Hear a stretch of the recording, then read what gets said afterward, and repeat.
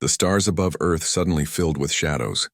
300 warships materialized in perfect formation, their hulls darker than the void between galaxies. Each vessel stretched longer than Earth's tallest mountains, bristling with weapons that had reduced entire civilizations to dust. The Valdric Empire had arrived, and they had come with a message.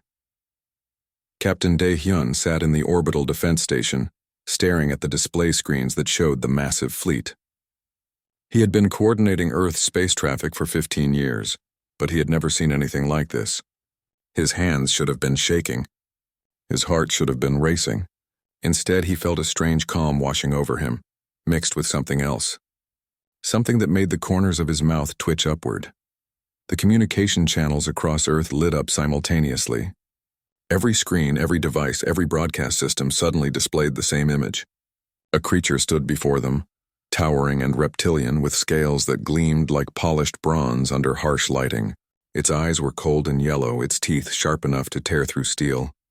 This was Ambassador Thulvar of the Valdric Empire. Humans of Earth, the ambassador's voice boomed, translated into every language simultaneously. You stand before the might of the Valdric Empire. We have conquered 47 star systems. We have brought order to chaos and civilization to the primitive. Your world has been judged and found lacking. You have 72 hours to surrender your planet, your resources, and your species to our control. Comply and you will be allowed to serve. Resist and you will be eliminated. There is no third option. The choice is yours. The transmission ended. Silence fell across the galaxy.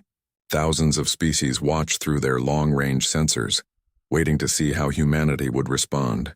The pattern was always the same. First came denial, then panic, then desperate pleas for mercy, and finally submission. The Valdric Empire had perfected this dance over centuries. Dae-hyun leaned back in his chair. He looked at the other officers in the control room. Lieutenant Kyungmin was chewing on her thumbnail, eyes wide. Engineer Wonshik had stopped typing, his fingers frozen above his keyboard. Communications Officer Haeun was pale, her mouth slightly open. Then Dae-hyun laughed. It started as a chuckle, low in his chest. Then it grew louder, fuller, until he was laughing so hard he had to wipe tears from his eyes. The other officers stared at him like he had lost his mind. Maybe he had, or maybe, for the first time in his life, everything suddenly made perfect sense. They want us to surrender. Dae-hyun gasped between laughs. They actually think we're going to surrender. Wonshik blinked. Sir, are you okay? Dae-hyun tried to compose himself but failed. Every time he looked at the image of those warships on his screen, he laughed harder. Do they not know? Do they have any idea who they're threatening? Haeun was the first to crack a smile. It was small, hesitant, but it was there. We are pretty ridiculous when you think about it. Ridiculous. Dae-hyun stood up, gesturing at the screens. We're a species that invented weapons capable of destroying our own planet and then just kept them. We've had enough nuclear weapons to end all life on Earth for decades. We created diseases in laboratories that could wipe us out. We changed our own climate and called it an inconvenience.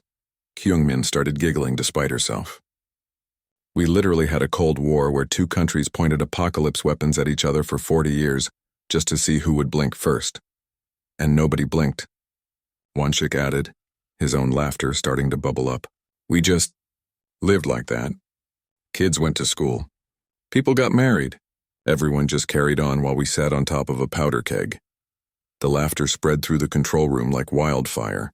Officers who moments ago had been frozen with fear were now doubled over, tears streaming down their faces. The absurdity of it all was too much. An alien empire had traveled across the galaxy to threaten a species that had been threatening itself since it invented sharp sticks. Dae-hyun wiped his eyes and opened a communication channel. He knew the entire galaxy was watching. Every species with a telescope or sensor array had their attention fixed on Earth, waiting to see humanity's terrified response. He grinned at the camera. Ambassador Thulvar, Dae-hyun began, his voice still shaking with suppressed laughter. Thank you for your message. We've considered your ultimatum very carefully, which took about 30 seconds because that's how long it took us to stop laughing. On the Valdric flagship, Thulvar's scales rippled with confusion and anger. This was not the script. This was not how species responded to the Empire. Dae-hyun continued. You want to know something funny? We actually have a betting pool running about when the world will end. Climate change, asteroid impact, supervolcano, rogue artificial intelligence, pandemic, nuclear war. We've got odds on everything. Your invasion wasn't even on the list, which is kind of embarrassing for you when you think about it. Behind him, the other officers were nodding, their laughter mixing with something else now, something defiant and fierce and utterly human. You've conquered 47 star systems? That's impressive. We've fought about 47,000 wars against ourselves. We've survived plagues that killed half our population. We've lived through ice ages and meteor strikes. We've been to the brink of extinction so many times we've stopped counting. Daehyun's smile faded slightly, replaced by something colder. So here's our response to your ultimatum. We're not surrendering. We're not panicking. We're not even particularly worried. Because the scariest thing in this solar system isn't your fleet. It's us. It's always been us. He leaned closer to the camera. You have 300 warships. We have enough nuclear weapons to turn our own planet into a radioactive wasteland. And we built them specifically for that purpose. You can destroy our cities. We've done that ourselves. You can kill millions. We've done that too. You can make our planet uninhabitable. Been there, nearly done that, got the climate change data to prove it. The control room was silent now, everyone watching Daehyun. So come on then, he said softly. Take your best shot. But understand something first. You're not fighting a species that's afraid of death. You're fighting a species that's been flirting with extinction since we discovered fire. You're not scary, Ambassador. You're just new. He ended the transmission. Across the galaxy, species watched in stunned silence. The Galactic Council's emergency session devolved into chaos. The Thexian ambassador was screaming that humanity had gone insane. The Crevan observers were running probability calculations that kept returning impossible results. The Urian analysts were frantically updating their threat assessment of Earth from yellow to red. On the Valdric flagship, Thulvar stood motionless, trying to process what had just happened. In 300 years of conquest, no species had ever responded like this. Fear, anger, desperate bargaining, even noble defiance, but never laughter. Never this casual dismissal of overwhelming force. His second-in-command, Krethal, spoke quietly. Sir, what are your orders? Thulvar didn't answer. He was watching the data feeds from Earth. Expected mass evacuations, military mobilizations, global panic. Instead, he saw something that made his blood run cold. Humans were celebrating. In the streets of Seoul, Tokyo, New York, London, Mumbai, and Sao Paulo, people were dancing. They were singing. They were throwing parties, as if an armada of death hadn't just appeared in their skies, as if the next 72 hours might not be their last. A phrase was trending across Earth's communication networks, translated into 1,000 languages but always meaning the same thing. They came all this way just to threaten us? How adorable. Thulvar felt something he had not experienced in decades. Doubt. What if the humans weren't bluffing? What if they really were as crazy as they seemed? For the first time since the Empire began its conquest, Ambassador Thulvar wondered if perhaps they had made a mistake. Commander Heejin walked through the streets of Seoul, watching the chaos unfold around her. Except it wasn't chaos at all. It was organized, joyful, and completely insane. Someone had set up a stage in the middle of the street, and a band was playing music so loud it shook the windows of nearby buildings. People danced with abandon, many wearing hastily made costumes that mocked the Valdric ships hanging in orbit above them. She stopped at a street vendor who was selling food from a cart. The sign above read, "Last meals before the apocalypse, buy 2, get 1 free. You really think this is the end?" Heejin asked the vendor, an old man with kind eyes and a mischievous smile. He shrugged. Maybe, maybe not. Either way, people need to eat. And if we're going out with full stomachs and empty wallets. Heejin bought 3 skewers and continued walking. As Earth's primary diplomatic liaison, she should have been in emergency meetings, coordinating responses, preparing evacuation plans. Instead, she was doing something that would either be remembered as brilliant or completely mad. She was planning a party. Not just any party. The biggest party Earth had ever seen.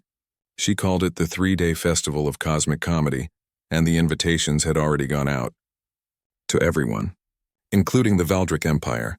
Her communication device buzzed. It was Captain Daehyun from the orbital station. Heejin, please tell me you didn't actually invite the aliens to a party. I absolutely did, she replied cheerfully. I sent them a formal invitation with drink menus, entertainment schedules, and suggestions for shore leave locations. I even included a playlist. There was a long silence. Then Daehyun laughed. "You're insane, I love it." What did they say? They haven't responded yet. I think I broke their communication protocols. Apparently nobody has ever invited them to a party before trying to kill them or surrender to them. Hyejin looked up at the sky where the Valdric ships hovered like dark clouds. Somewhere up there, Ambassador Thulvar was probably having the worst day of his very long military career. She was right. On the Valdric flagship, Thulvar was standing in the command center staring at the invitation on his screen. His officers stood around him in confused silence. In the Empire's 300 years of conquest, they had received messages of defiance, threats of retaliation, and desperate pleas for mercy. Never had they received an invitation to a party complete with suggested cocktail recipes. "This is psychological warfare," Krethal suggested. "They're trying to confuse us." "Or it's a trap," another officer added. "They want us to lower our guard." Thulvar wasn't sure what to think. He ordered surveillance drones deployed to monitor the planet's surface, searching for hidden weapon emplacements, secret bunkers, or mass military mobilizations. What the drones sent back made no sense at all. Parties. Everywhere. In every major city on Earth, humans were celebrating. They had decorated their streets with lights and banners. They were playing music, dancing, eating, and drinking. Children were drawing pictures of the Valdric ships and laughing at them. Adults were wearing ridiculous costumes. Some brave or foolish humans had even climbed to rooftops to wave at the warships overhead. One feed showed a comedy club in Seoul where a young woman named Ji-won was performing. The place was packed, every seat filled, and people were laughing so hard they could barely breathe. "So these aliens show up," Ji-won said, pacing the stage with a microphone, "and they're like, 'Surrender or die.' And I'm thinking, buddy, have you met us? We're the species that invented nuclear weapons and then just forgot about them sometimes. We've lost nuclear bombs, plural. Just misplaced them, whoops." The crowd roared with laughter. "And they want us to be scared? We're the same species that invented debt, created social media, and put pineapple on pizza. We don't even fear ourselves anymore. What's one more existential threat?" Thulvar watched the performance in bewildered silence. This was not how threatened species behaved. This violated every psychological profile in the Empire's extensive database. Back on Earth's surface, the festival was growing bigger by the hour. Someone had set up a booth selling Valdric surrender kits, which contained white flags, bags of snacks, and books with titles like "So You Conquered the Wrong Planet," "A Guide to Graceful Retreat," and "Making Friends After Threatening Genocide." Minho, a pilot stationed at a defense installation, was broadcasting live from his post. He had become an unexpected celebrity over the past few hours. His casual commentary about the invasion spreading across Earth's networks and beyond. "Okay. So update," Minho said to his camera, eating noodles while checking his instruments. "The Valdric fleet is still up there, looking all angry and intimidating. Which, honestly, respect. They've got good ship design, very aggressive aesthetic, but also kind of adorable, like they're trying so hard to be scary. It's like when your neighbor's chihuahua barks at you. Yeah, you've got teeth, buddy. We're all very impressed." He took another bite of noodles and glanced at his screens. No movement yet. "I think they're confused." Which, fair. We're a confusing species. We'll punch each other over sports teams but band together when anyone else threatens us. We're like a dysfunctional family. We can hurt each other but nobody else is allowed to. Across the galaxy, other species were watching these broadcasts with mounting horror and fascination. The Galactic Council had convened an emergency session that had now lasted 18 hours straight. "They must have a secret weapon," the Thexian ambassador insisted. "No species acts this way unless they have overwhelming force hidden somewhere." "We've scanned their entire planet," the Krivan observer replied. "They have nuclear weapons, yes, but nothing that could stop the Valdric fleet. They have no planetary shields, no weapon satellites capable of damaging Imperial ships. They're essentially defenseless." "Then why aren't they afraid?" the Urion analyst asked, and nobody had an answer. Back on Earth, engineer Wanshik was making his own contribution to the festival. He had created a virtual reality simulation that let people experience being a Valdric soldier invading Earth. It had become wildly popular. The twist was that the simulation kept showing how things would go wrong for the invaders. Every scenario ended with the Valdric Empire regretting their decision. "Look," One chick explained in an interview. We've studied military history. The thing about invading Earth is that even when you win, you lose. Ask Napoleon about Russia. Ask anyone who tried to hold Afghanistan. Ask the British Empire about, well, everywhere. Winning the battle is easy. Holding the territory? That's where things get spicy. Hyejin watched all of this unfold from her office, a small smile on her face. Her communication console lit up with incoming messages from the Galactic Council, from various Earth governments, from news networks across the planet. Everyone wanted to know what the plan was. What was humanity's strategy? The truth was simpler than they imagined. There was no grand strategy. There was no secret weapon. There was only the fundamental human instinct to laugh in the face of death, because what else could you do? She opened a channel to the Valdric flagship. To her surprise, Ambassador Thulvar answered immediately. Commander Hyejin, the ambassador said, his voice carefully controlled. I am trying to understand your species' behavior. Is this celebration some form of religious ritual before death? Hyejin considered the question. No, Ambassador. It's Tuesday. Tuesday. We're celebrating because that's what we do. You've threatened to destroy us. Okay, that's not even in the top 10 scariest things we're dealing with right now. Climate change, antibiotic-resistant bacteria, the heat death of the universe, that weird sound the printer makes. You're just one more thing on the list. She leaned forward, her expression becoming more serious. Do you want to know what really scares us, Ambassador? Boredom. Meaninglessness. Living safe, comfortable lives that accomplish nothing. You know what you've given us? Purpose. Unity. A reason to come together and remember what we're capable of. You speak of capability, Thulvar said. You have no weapons that can harm my fleet. We have the greatest weapon in the galaxy, Hyejin replied. We have nothing left to lose. We've been killing ourselves slowly for centuries. At least if you destroy us, it'll be quick. In a way, you'd be doing us a favor. She smiled. But you won't, because you're scared of us now. You're wondering what we know that you don't. You're thinking that maybe, just maybe, a species crazy enough to laugh at an invasion fleet might be crazy enough to have a plan that makes no logical sense, but somehow works anyway. Thulvar ended the transmission without responding. On Earth, the festival continued. 3 days until the deadline. 3 days to show the galaxy what humanity was made of. In a small apartment in Busan, a child named Minjae looked up at her mother. Are the aliens going to hurt us? Her mother hugged her close. I don't know, sweetheart. But we're not going to spend our last days being afraid. We're going to spend them being alive. Outside their window, fireworks exploded in the night sky, painting the darkness with light. Somewhere above those lights, 300 warships watched and waited. Their crews growing more uncertain with each passing hour. The galaxy held its breath, waiting to see what would happen when the 3 days ended. But humanity had already decided. They would face whatever came next the same way they had faced everything else in their violent, beautiful, absurd history. The command center of the Valdric flagship had always been a place of absolute certainty. Officers moved with precise efficiency, their actions guided by centuries of successful military doctrine. But now, 48 hours into the Earth ultimatum, that certainty was crumbling like sand. Commander Krethal stood beside Ambassador Thulvar, both of them staring at screens filled with data that made no sense. Every psychological model they ran on humanity came back with error messages. Every tactical analysis produced contradictory results. The humans were behaving like no species they had ever encountered. Sir, Krethal said quietly, the crew is becoming unsettled. They're asking questions. What kind of questions? Thulvar asked, though he already knew the answer. They want to know what we're missing. They believe the humans must have a secret weapon, something so powerful that it makes our fleet irrelevant. Otherwise, why would they be so calm?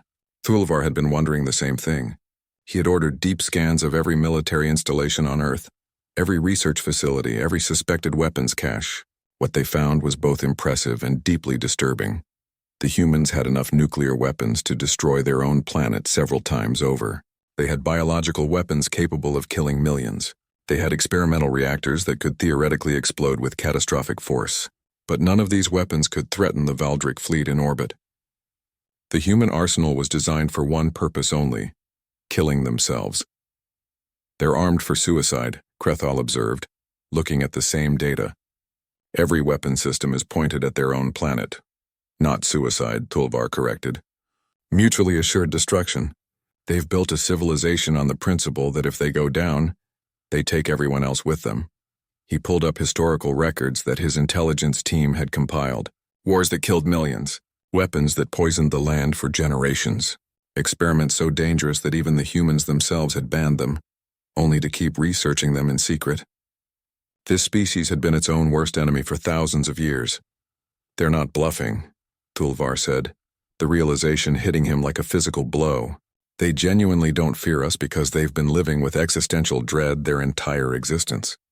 On Earth, Pilot Minho was continuing his broadcasts, his casual commentary spreading across both human and alien networks. He had become something of a galactic celebrity, though he seemed completely unaware of it.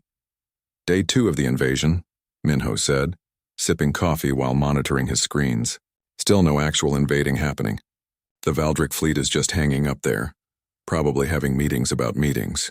Very relatable, honestly. Sometimes you threaten someone with extinction, and then you've got to fill out the paperwork. He zoomed in on one of the Valdric ships. Look at that design, though. Very aggressive. Lots of spikes and angry angles. Meanwhile, our ships look like we built them in someone's garage, which, to be fair, we sometimes do. We've got billionaires building rockets in their spare time. We've got engineers who solve problems with duct tape and prayers. We're chaos held together by coffee and spite. His communication console beeped. It was a message from the Galactic Council, asking him to please stop broadcasting because he was causing diplomatic incidents. He deleted it and kept talking. Meanwhile, Science Officer Yunji was working with a team of xenopsychologists from the Galactic Council, trying to explain human behavior to species that found it completely incomprehensible. Think of it this way, Yunji said to the assembled aliens on the video call. You're threatening a species that turned self-destruction into an art form. We have movies about our extinction, hundreds of them. We have books, games, and songs about the end of the world. We've imagined our death in every possible way. Zombies, robots, aliens, meteors, plagues, floods, fire. We've thought about it all. A Thexian observer spoke up. But surely this means you fear destruction. No, Yunji replied. It means we're bored of it. We've been expecting the apocalypse for so long that when it finally shows up, our main reaction is, oh, finally. You're not giving us nightmares. You're giving us a schedule. She pulled up data on human psychology. We've survived by being adaptable and stubborn. When things go wrong, we don't give up. We get angry. We get creative. We improvise. You know what the most common phrase in human engineering is? That's not supposed to work, but it does. On the Valdric flagship, the psychological warfare specialists were having an emergency meeting. They had never encountered a species they couldn't break. Fear was supposed to be universal. The threat of extinction was supposed to trigger surrender instincts in all intelligent life. But humans were different. One specialist pulled up footage of the festivals happening on Earth. Look at this. They know we can destroy them. They've run the calculations. They understand the odds. And yet they're dancing. It's a coping mechanism, another suggested. Denial in the face of overwhelming odds. No, a third specialist said, pointing at different screens. Look closer. They're not in denial. They're preparing. Every festival has evacuation routes marked. Every celebration has emergency supplies nearby. They're organizing, planning, creating networks of resistance. They're doing all of this while also genuinely enjoying themselves. The first specialist sat back stunned. They're preparing for war while throwing a party. They're saying goodbye while planning to survive. They're holding two contradictory thoughts in their heads simultaneously. That's impossible, the second specialist said. And yet they're doing it.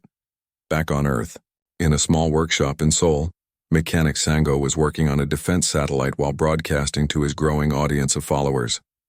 His videos had become popular because he explained complex situations in simple terms.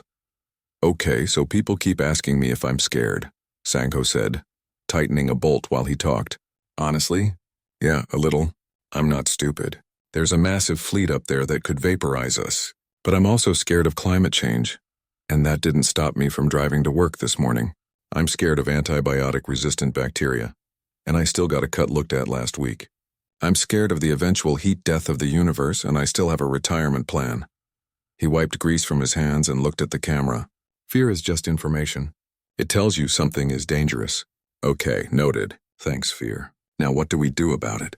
We keep working. We keep living. We keep fixing satellites and drinking coffee and complaining about traffic. Sang-Ho gestured around his workshop. These aliens don't understand that we've been living with existential threats since we evolved enough to understand what death means. Every generation of humans has thought they might be the last. So far, we've all been wrong. Maybe this time is different. Maybe it's not. Either way, this satellite needs repairs. His practical philosophy was resonating across Earth. Keep working. Keep living. Face the threat, but don't let it stop you from being human.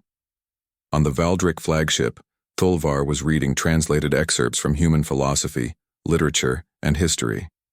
He was trying to understand what made this species so different. One passage caught his attention, written by a human philosopher centuries ago. In the face of the absurd, we must imagine ourselves happy. Thulvar didn't understand it at first. Then slowly it began to make sense. Humans had built their entire civilization on this principle. Life was difficult, dangerous, and ultimately ended in death. The rational response would be despair. Instead, humans chose laughter. They chose to create meaning where none existed. They chose to be happy despite everything. It was the most alien thing Thulvar had ever encountered, and it terrified him. His communication officer approached carefully. "Sir, we're receiving messages from the human internet. They're addressing you directly. What do they say?" The officer hesitated. One says, "Please invade soon. I have work on Monday and would appreciate a resolution." Another says, "Our planet is weird, but the food is good. Consider peaceful dining instead of invasion." And there's one that just says, "We're rooting for you to make the right choice." Thulvar felt something crack inside him. These humans were treating the potential end of their species like an inconvenience. No, worse, they were treating it like an opportunity to make jokes. "Sir," Krethal said, "we need to make a decision. We cannot maintain this position indefinitely. The crew is beginning to doubt. And some of the other species under our rule are watching. If we back down now, it could inspire rebellion. And if we attack?" Thulvar asked. "Then we kill millions of humans. And the survivors will remember. They will resist. They will make our victory so costly that it becomes a defeat." Thulvar looked at the screen showing Earth, that small blue planet with its ridiculous, stubborn inhabitants. He had conquered dozens of worlds. He had broken the will of countless species, but he had never encountered anything like this. 24 hours until the deadline, he said quietly. "Keep monitoring. I need to think." On Earth, as the second day of the festival came to an end, people gathered in city squares to watch the sunset. They held hands, sang songs, and told stories. Some cried. Some laughed. Most did both. Tomorrow would bring the final day. The deadline would pass, and then they would see what choice the Valdric Empire had made. The deadline passed at exactly midnight Earth Standard Time. 3 days had come and gone, and humanity had not surrendered. The Valdric Empire had given their ultimatum, and it had been answered with laughter, parties, and the most bizarre act of defiance in galactic history. Now it was time for the Empire to respond. Ambassador Thulvar stood in the command center, his scaled hand hovering over the control that would authorize a demonstration strike. The Valdric High Command had ordered him to show Earth the consequences of resistance, a surgical attack on an uninhabited area. Nothing that would kill civilians, just enough destruction to break their spirit. Every species broke eventually. The Valdric Empire knew this. They had proven it dozens of times. "Target the Australian desert region," Thulvar commanded. "Coordinates marked as uninhabited. Maximum display. Minimum casualties." The flagship's main weapon began to charge, drawing power from the ship's core. Energy readings climbed steadily. Across the galaxy, every species with sensors trained on Earth watched as the Valdric Empire prepared to make its statement. The weapon fired, a lance of pure plasma, white-hot and devastating, cut through the atmosphere like a knife through paper. It struck the red earth of the Australian outback with the force of a small nuclear explosion. The ground vaporized instantly. A mushroom cloud rose into the sky, visible from space. The crater left behind was 3 kilometers wide and glowing with residual heat. The galaxy waited for the panic, for the emergency broadcasts, for the desperate surrender that always came after the first strike. Instead, within hours, humans were at the crater site. Not soldiers, not emergency responders. Civilians. They were taking pictures. Commander Hygein watched the reports coming in from the crater. her tablet showing her a live feed that made her want to laugh and cry at the same time. Someone had set up a booth selling food. T-shirts were already being printed that said, "I survived the Valdric Empire's warning shot." A group of teenagers had brought skateboards and were trying to ride down the crater's slopes. "We're insane," she said to no one in particular. "We're absolutely insane." Captain Daehyun appeared on her communication screen. "Have you seen the news?" "I'm looking at it right now. Geologist Borum is giving interviews about the mineral formations created by the plasma strike. She's treating this like a research opportunity. An artist named Taejin is organizing a concert at the crater's edge. He's calling it Songs for the End Times." Heejin rubbed her temples. "How many people are going to this concert?" "Current ticket sales are at 50,000. 50,000 people are going to a concert next to a crater made by an alien weapon that was supposed to terrify us into submission." "Yes." Hyejin started laughing. She couldn't help it. The absurdity of it all was too much. "We're either the bravest species in the galaxy or the stupidest." "Probably both," Daehyun agreed. On the Valdric flagship, Tulvar was experiencing something he had never felt before. Complete and total confusion. His strike had been perfect. The plasma lance had performed exactly as designed. The crater was a masterpiece of controlled destruction. It should have worked. "Sir," his second-in-command Krethal said carefully, "the humans are treating the impact site as a tourist attraction." "That's impossible. I'm watching it happen right now. They're celebrating. They're taking their offspring to see the crater. They're treating it like entertainment." Tulvar pulled up the surveillance feeds. It was all true. Humans were swarming to the impact site, not in fear but in curiosity. Some were excited. Some were taking measurements. Others were just enjoying the spectacle. One feed showed a human child, maybe 10 years old, standing at the crater's edge with her parent. "Is this really from space?" the child asked. "Yes, sweetheart," the parent replied. "Pretty cool, right? Can we come back tomorrow?" "Sure, if it's still glowing." Tulvar felt his carefully constructed worldview cracking. This was wrong. This was all wrong. Species were supposed to fear destruction, not treat it as an attraction. The Galactic Council's communication channels were exploding with messages. Every species was weighing in, trying to understand what was happening. The Thexian ambassador sent a message directly to Earth. "This is not normal behavior for a threatened species. What is wrong with you?" The Crevan observer was more analytical. "Our psychological models have completely broken down. Every prediction has been wrong. We don't understand humans at all." The Urian analyst submitted a report that essentially said, "Previous threat assessment was wildly incorrect. Revising from yellow to red, not because humans have powerful weapons, but because they appear to actually want someone to attack them. Recommend avoiding at all costs." On Earth, Defense Administrator Nari was fielding calls from terrified alien diplomats and confused military advisors. She was exhausted. She hadn't slept in 3 days. But she was also experiencing something like pride. Her communication console lit up with an incoming call from the Valdric flagship. She accepted it, and Ambassador Thulvar's face appeared on her screen. "Administrator Nari," Thulvar said, and for the first time, his voice didn't sound imperious. He sounded genuinely confused. "Why aren't you afraid?" Nari thought about the question. She thought about the parties in the streets, the concerts at the crater, the children asking if they could visit again tomorrow. She thought about humanity's long, strange history of surviving despite all odds. "Because you can only kill us," she said finally. "We've done worse to ourselves and we're still here. What's one more apocalypse? That doesn't make sense." "I know." Nari smiled tiredly. "That's what makes us human. We're the species that looked at the universe and decided it wasn't scary enough. So we invented our own threats. Climate change? That's us. Nuclear weapons, us again. Plastic in the oceans, holes in the ozone layer, antibiotic resistance. All us." She leaned forward. "Do you know how many threats we deal with that we can't even see?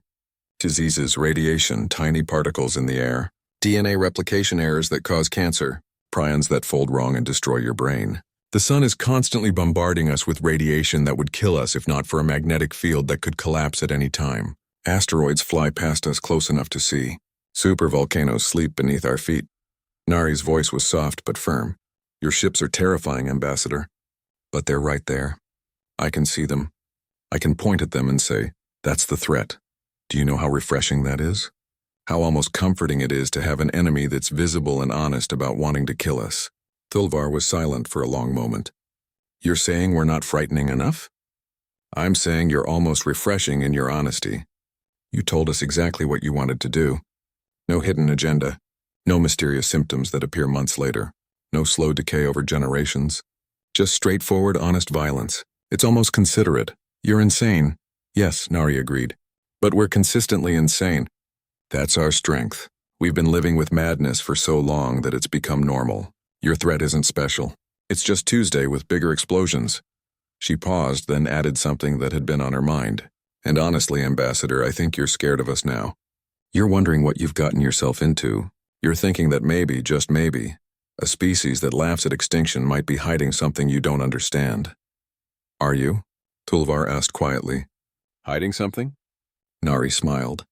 Only the fact that we have no idea what we're doing. We're making this up as we go along. We've always been making it up. That's the secret. We're not brave. We're not prepared. We're just too stubborn to quit and too creative to give up. The transmission ended and Nari sat back in her chair, her hands shaking slightly. She had just told one of the most powerful military commanders in the galaxy that humanity's secret weapon was improvisation and spite. The terrifying thing was that it was true. On the Valdric flagship, Thulvar called an emergency meeting of his senior staff. They gathered in the war room. Officers who had served for decades, veterans of a dozen conquests. Assessment, Thulvar demanded. Commander Krethal spoke first. Sir, morale among the crew is deteriorating. They believe the humans know something we don't. They think we're walking into a trap. What kind of trap? They don't know. That's what scares them. The humans are too calm, too confident. It doesn't make sense unless they have an advantage we can't see. A tactical officer added, We've also received intelligence that several species under our rule are watching this situation closely. If we're seen as weak, if we back down, it could inspire rebellion. And if we attack? Thulvar asked, though he already knew the answer. Then we kill millions of humans. The planet will resist. They have no orbital defenses.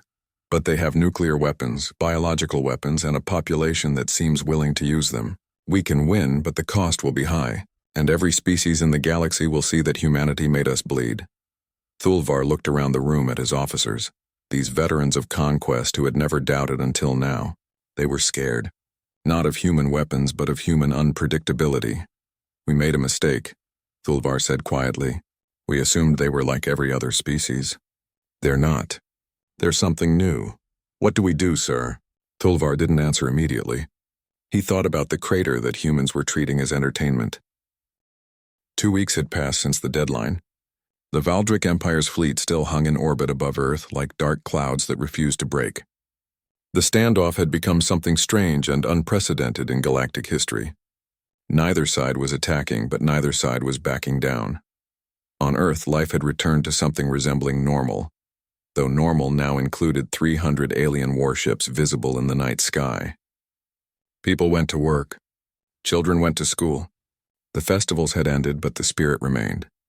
Humanity had looked death in the eye and shrugged. Junior Officer Dongyun sat in his small listening post outside Tokyo, monitoring encrypted transmissions from the Valdric fleet. It was boring work most days. The Valdric Empire used advanced encryption that should have been impossible for humans to crack. Should have been. But Dongyun had noticed something interesting about their encryption algorithm.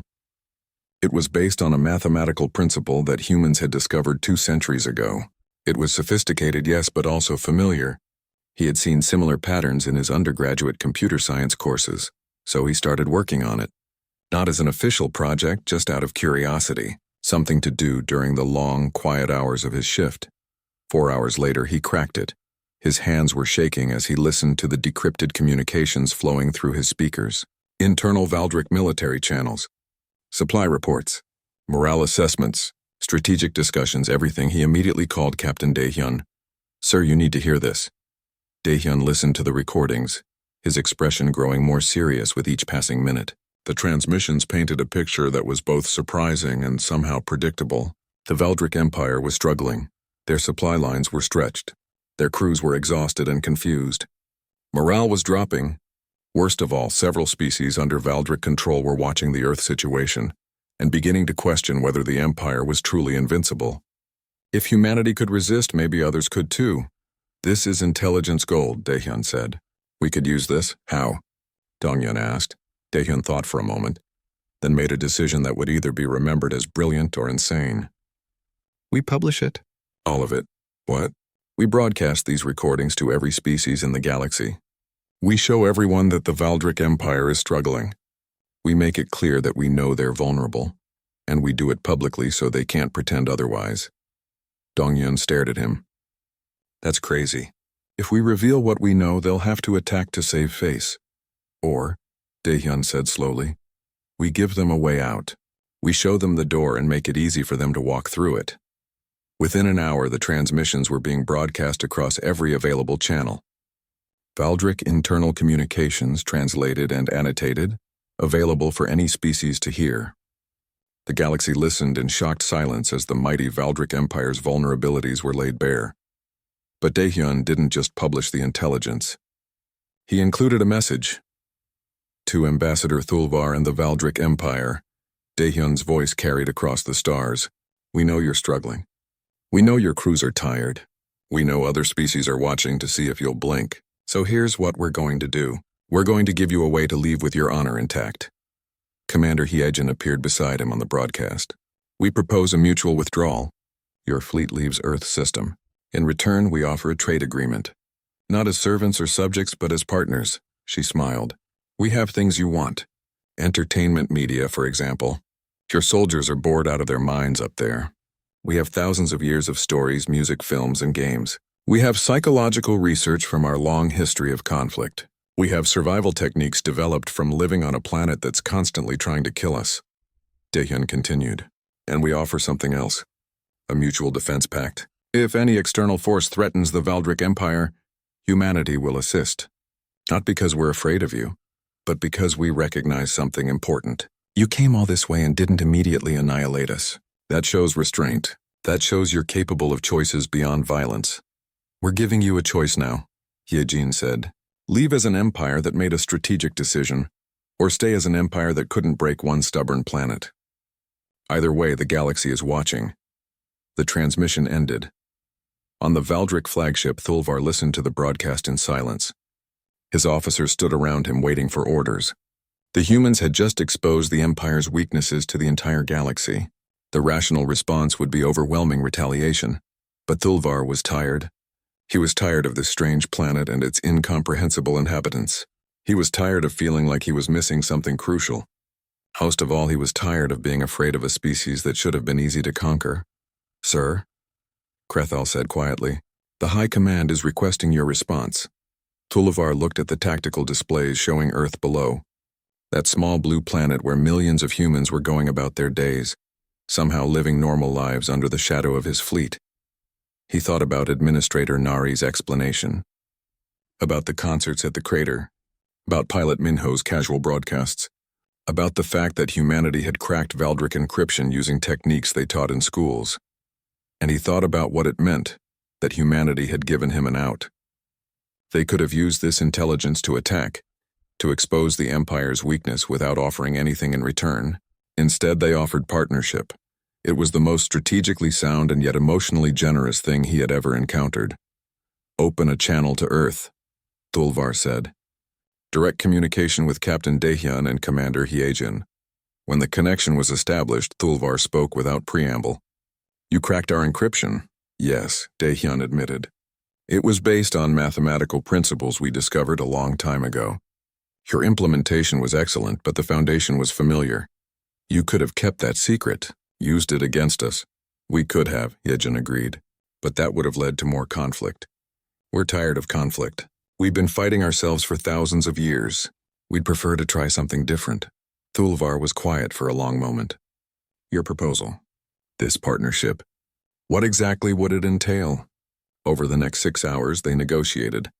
Not as conqueror and conquered, but as equals trying to find common ground. The Valdric Empire would withdraw its fleet. Earth would provide cultural exports and scientific exchange. Most surprisingly, they would establish a mutual defense agreement. Why would you defend us? Krethal asked during the negotiations. We threatened to destroy you. Because, Hyejin explained, we understand something about bullies. We've been both the bully and the bullied. The best way to stop the cycle is to offer a better option. You don't have to be an empire that conquers. You can be an empire that protects. And if we refuse, if we attack anyway, Daehyun's smile was gentle but his words were iron. Then you'll learn exactly why a species that survived as long as we have, on a planet as hostile as ours, is still here. We're not easy to kill. We're annoying, stubborn, and creative in ways you haven't imagined. You might win, but you'll regret it. Thulvar believed him. The Valdric High Command deliberated for 36 hours. It was the longest decision-making process in the Empire's history. Finally, they reached a consensus. They accepted Earth's proposal. The announcement was broadcast across the galaxy. The Valdric Empire was withdrawing from Earth's system. They were entering a trade partnership with humanity. The species that had laughed at extinction had negotiated peace with one of the most powerful forces in the galaxy. 6 months later, the changes were visible everywhere. The Galactic Council formally recognized humanity as a sovereign species. The Earth incident, as it came to be known, became mandatory study in diplomatic academies across dozens of star systems. Valdric military schools began teaching courses on human military history, particularly focusing on the concepts of deterrence and psychological warfare.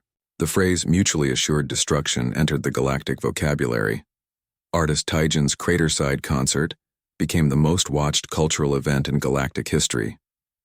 Xenoanthropologists studied it endlessly, trying to understand the human psyche. Engineer, Sangho's broadcasts were turned into an educational series called Practical Philosophy for Existential Threats, which became surprisingly popular across multiple species, but the real changes were smaller and more personal. On a Valdric station far from Earth, Commander Krethal sat in a cafe with pilot Minho. They were discussing the upcoming joint military exercises between their forces. I still don't fully understand you humans, Krethal admitted. Sipping a beverage that Minho had recommended, Minho grinned. That's okay. We don't fully understand us either. That's kind of the point. What do you mean? We're always changing, always adapting. We survive by being unpredictable even to ourselves. It drives us crazy sometimes, but it also keeps us alive. Krethal considered this. When we arrived at Earth, we thought you were insane. We are, Minho agreed cheerfully. But we're consistently insane. That's our superpower. Back on Earth, Captain Daehyun stood on the observation deck of the orbital station, looking at the stars. His communication console chimed with an incoming message from a species he had never heard of. The Merolians, facing their own crisis with an aggressive neighbor.